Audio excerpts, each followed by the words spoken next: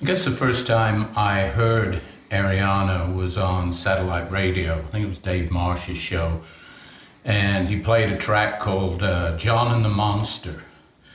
And it's one of those songs that just sort of grabbed you. You had to pull over to the side of the road and sort of take it in, because not only was it wholly original, it was also incredibly ethereal. And I had never heard anything quite like it. So that grabbed me to start with. And then, further investigation, I found out how young she was. Not quite so young now, I imagine, but at that time it was really extraordinary that kind of storytelling could come out of somebody so young.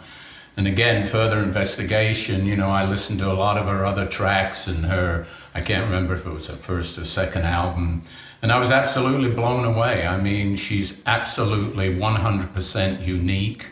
There's nothing really like her out there, and I think she's probably one of the most extraordinary young artists I've ever heard.